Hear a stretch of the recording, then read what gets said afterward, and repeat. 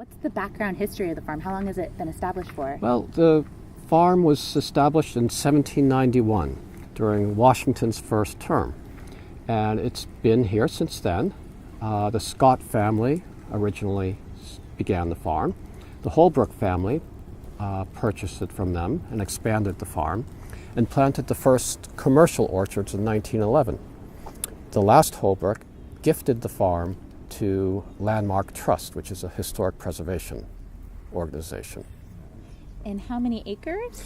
Oh, it's just shy of 600 acres, and we have about 40 of that in orchard. Right now we're growing about 125 varieties of old heirloom varieties of apples. And we grow peaches and plums and pears and grapes and medlars and quince and a few other things, pawpaws and figs. So I've been here for 17 years so far. When I came here, I grafted, this was a Macintosh orchard, and I grafted the trees to these old varieties of apples. And so during the winter, I prune the trees, shape them. In the spring, I'm planting new trees and taking care of trees that have been planted for just a couple of years. Summer, I'm mowing, and we begin the harvest of some of the stone fruit. And in this time of year, the fall, we're harvesting every day.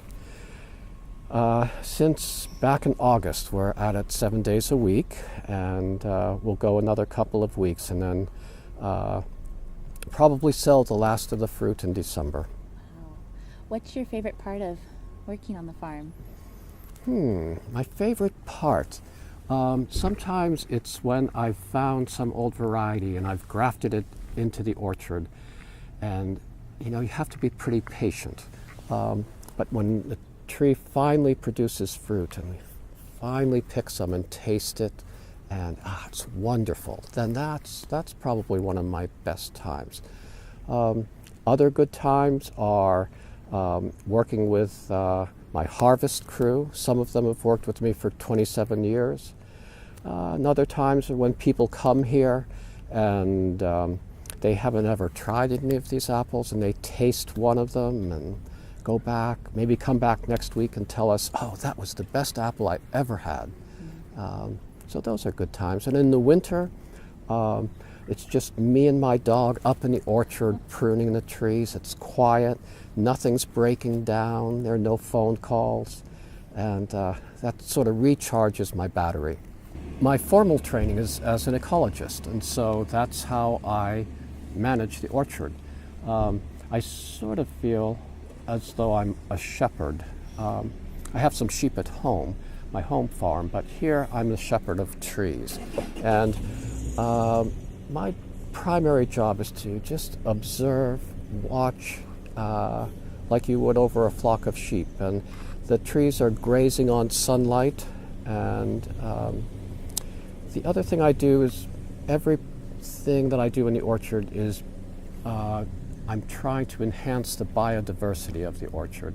And that makes a more stable ecosystem, and you have fewer pest problems in a stable ecosystem. So that's my goal.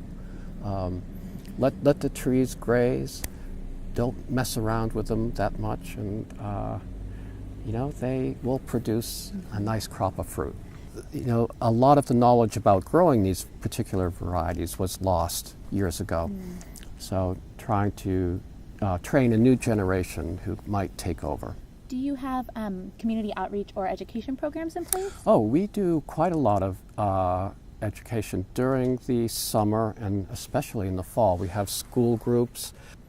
They used to be called the Elder Hostel, but a lot of older groups come through, and I'll show them about grafting and give them tastes of the different apples and explain what it is that we're doing here.